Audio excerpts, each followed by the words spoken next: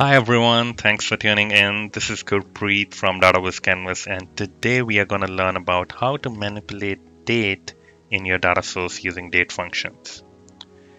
So date is one of the most important dimensions in our data source that is used for visualizing trends over a period of time.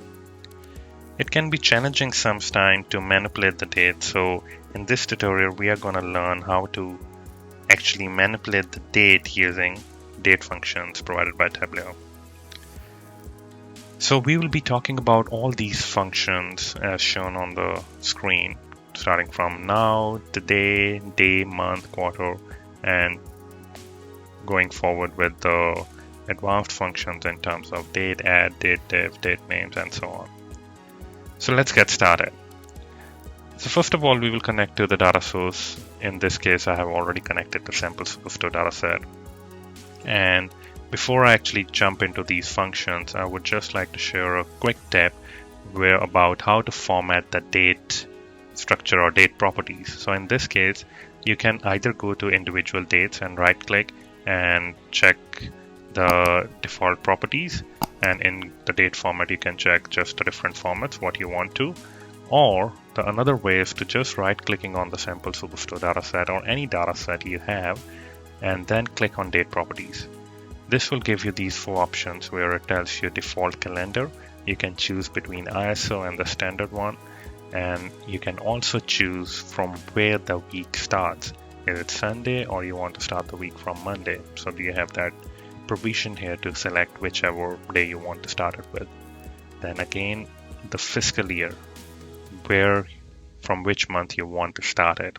January, February, or if you are talking about financial years, in some scenarios you want to start it with July or even in March in some countries, so you can select those years from here. And the date format, you can select either from the list below, or you can choose a custom one and you can type it here, whichever you want. So in this case, I will just use the automatic one by default, whatever is there. And now we get started with our first function. So in this case, we are using now and today. So let's start with a function called now. So we will go to create calculated field, and I will simply give the name now and type now. So what this function does is basically it's giving the current timestamp, basically the local system date and time. So if I press OK and I will bring that now field into row shelf, you will see here, and I will just use exact date. It will give us the current timestamp. So in my system, it's showing 13th of March 2021, and the time is 7:39 p.m. So it tells you the current timestamp. So that's about the now function. And let's move on to the next one, today. As the name suggests, this today's function is used to give the current date. So in my case, it will be showing us 13th of March 2021. So let's bring that here again. And you will see here, I'll move it to exact date. So today is 13th of March 2021.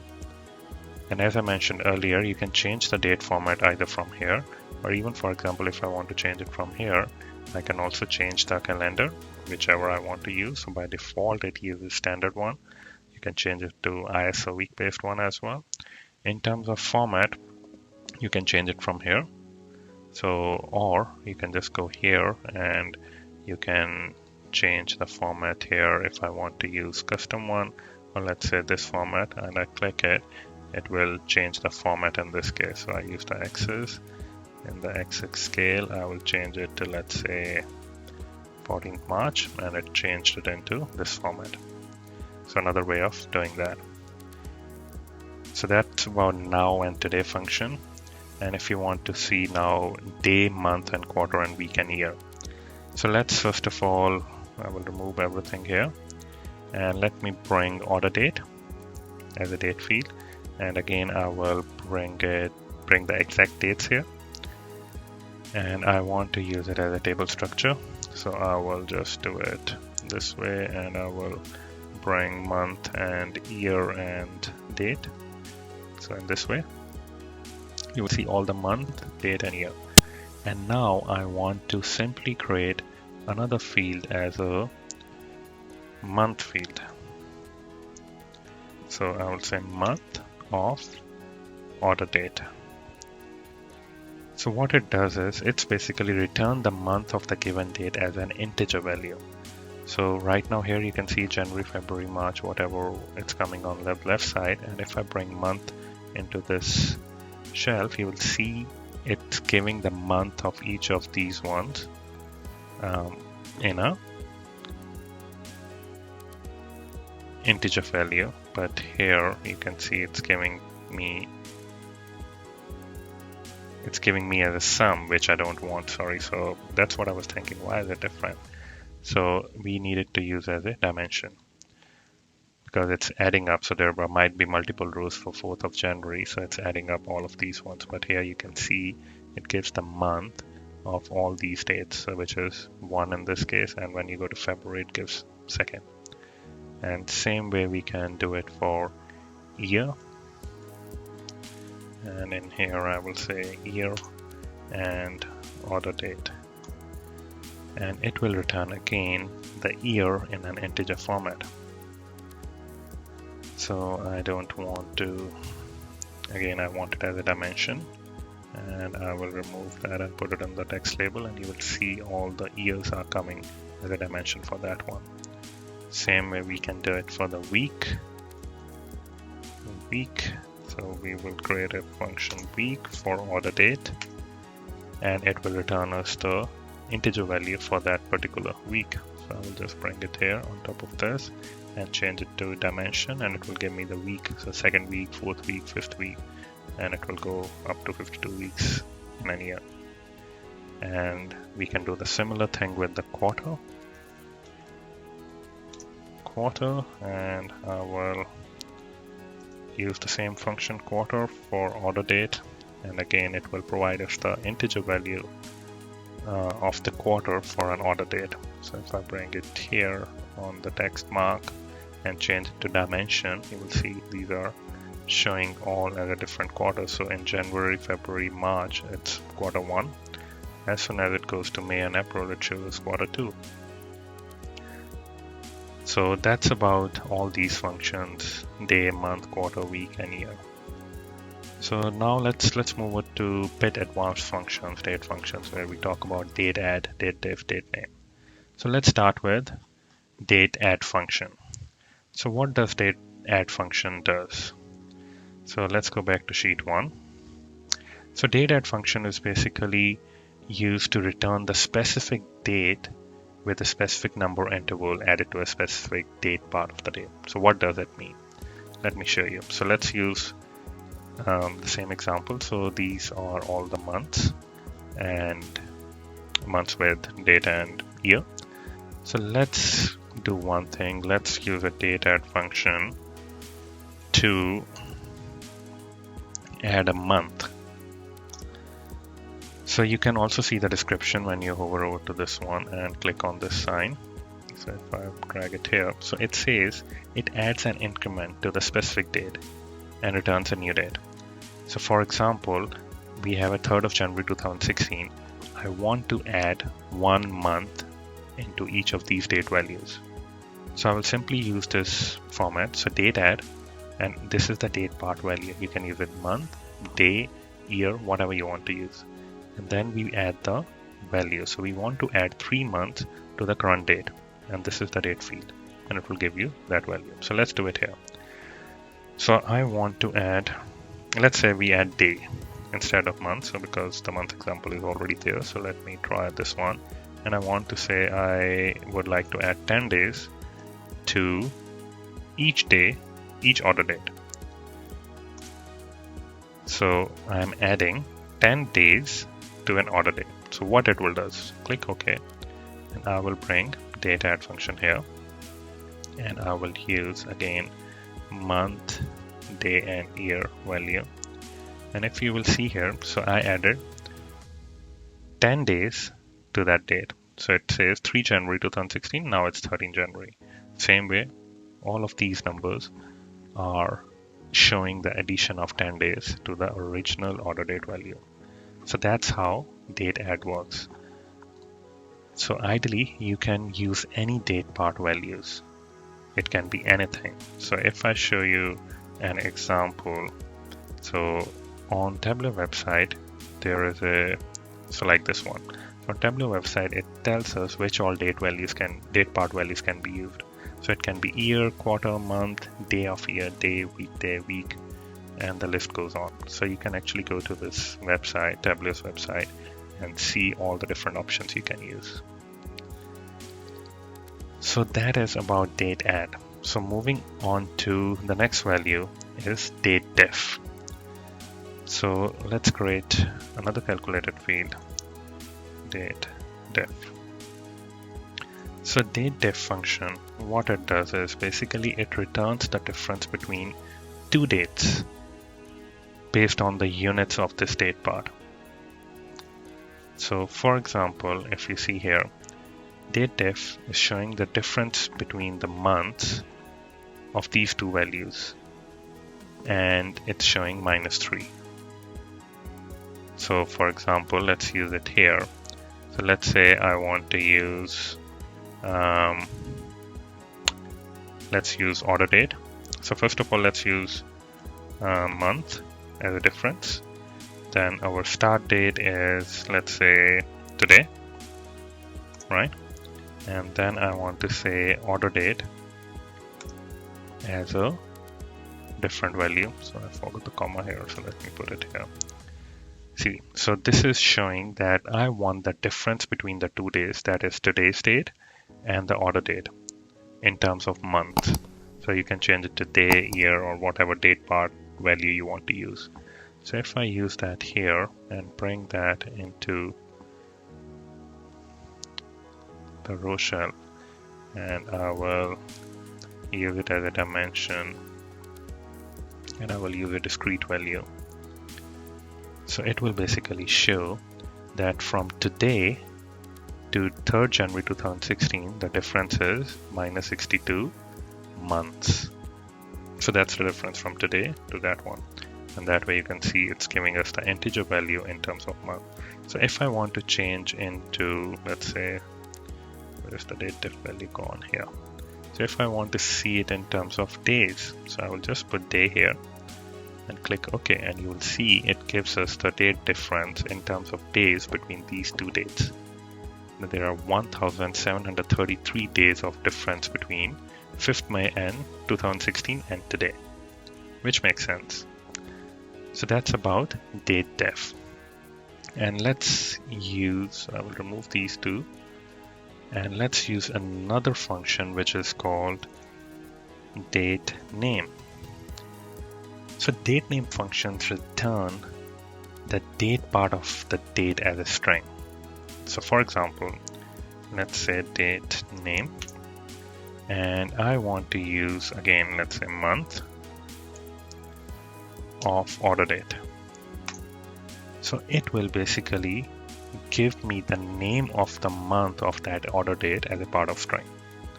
So let's see how it looks like. So date name, I will bring it here, and if I bring it here, see, you can see here for 5th May 2016, it gives me the name of the month, and that is as a string rather than a number.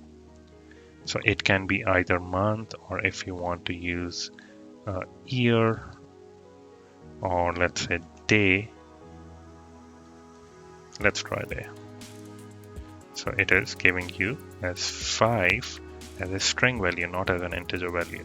Or if you want to use an year, and see, it will give you 2016 as a string value. So that's how Datename function works. So moving on to the next one is the Dateparse function. So let's create a calculated field by Dateparse. So this function basically returns date string as a date. So for example, if we have a date value as a string, and we want to convert it into the date particular format of the date. So what we will do is, first we will select the date format. So in this case, let's say I want year, day, and my current string value is, let's say, 2021 01 01. So I want to convert this string value into a date format, specified date format. Then I use Dateparse value. So if I click OK and bring the Dateparse value here, and I will change it into month, day, and year value, and you will see here 1st January 2021. So that's how you can convert the date string value into any format of the date by using Dateparse. So then moving on to the next one is Datepart function. So Datepart function is quite similar to Datename function, but the only difference is in Datepart we are getting the value of the Datepart value in the form of an integer, whereas in Datename we were getting it as a string value. So for example, here I want to use Datepart of month for order date, and you will see here, if I bring Datepart value here, you will see we are getting a value as a integer value. Whereas if we bring Datename and I bring it here, you are getting, so in this case Datename we were using year as a separator, or if I use it as a month, we will get a string value. So that's the difference between Datepart and Datename. Moving on to the next one is Datetrunc. So what this function does is it basically truncates the specified date to a accuracy specified by Datepart. So what does it mean? So for example, I am using Datetrunc function and I want to say give me the first day of each quarter in which that date resides. So for example, I am using quarter as a Datepart value, and I am saying order date. So for each of these order dates, which you can see here, give me an integer value in terms of which quarter it lives in. Actually, it will give you the date, not an integer value. So if I bring it here and I change it into format of month, day, and year, it will tell us the quarter. So first date of that quarter. So starting from the top, 3rd January 2016. It is part of the quarter one, so it will gives me the first date of that quarter, which is 1st January 2016. And if we go further down, so 1st October 2016, that's where the quarter starts, so it will give you that date. So any dates which are part of that quarter, it will give us that date. And if we want to change into month, we can do it that as well. So we change the Datepart value to month, and you will see all the values in the month of September. It will give me the first date of that month. So this is quite useful when you want to use particular calculation where you always want to show the first date of the month, either in the filter or in the parameter, wherever you can use these calculation to actually get the first day of that month. There are other ways to do this as well to achieve the same result, but this one is the quickest one. The other way you can use is basically by just finding the last day of the month and then adding +1 value to give you the next first date of the month, or other different hard ways to do that, but this one is really quick and easy way to use Datetrunc function to achieve the same result. And same way, there are other functions which helps you to achieve the date values, like make date time. You have a date and a time value. It will help you to create the make date time value. So I will quickly go through the other functions. So if you go on the right hand side here, so we have covered most of them, and there are make date functions, which is not coming here, but if you search under all, Makedate and Maketime functions. So that's quite easy in this way. Like you just give the values of the year, month, and date, and just type Makedate, and it will give you it will return the date values. Same way, Makedate time, you just have to pass the month, day, and year value with the time values, and it will return the date time value. And that's about all the date functions and values. You can use all these calculations to achieve the desired date values you need. And also, if you want to use this for parameters or other calculation, you can derive it using the same way. I hope you guys enjoyed this session, and if you have any questions, please feel free to reach out by just writing a comment on the section below, or you can also drop me a message and I will try to get back to you as soon as possible. Thank you.